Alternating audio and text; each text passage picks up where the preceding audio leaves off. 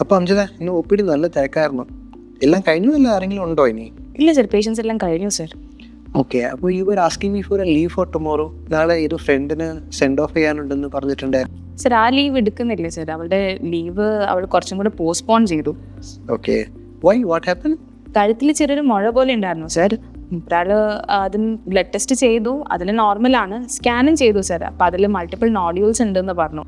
സർജറിയാണ് പറഞ്ഞേക്കുന്നത് sir. But she is very young apparently ഇല്ലേ? Yes sir, അവൾക്ക് ഓപ്പറേഷനൊക്കെ ചെയ്യാൻ ഭയങ്കര പേടിയാണ് സർ. ഓക്കെ, അപ്പോൾ അങ്ങനെയാണെങ്കിൽ നമുക്ക് ആ തൈറോയിഡ് അബ്ലേഷൻ ചെയ്യാമല്ലോ.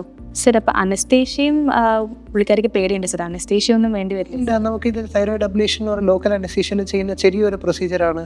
And she can go back the same day or the next day. സ്കാറും കാര്യങ്ങളും കല്യാണമൊക്കെ ആലോചിക്കുന്നുണ്ട് സർ.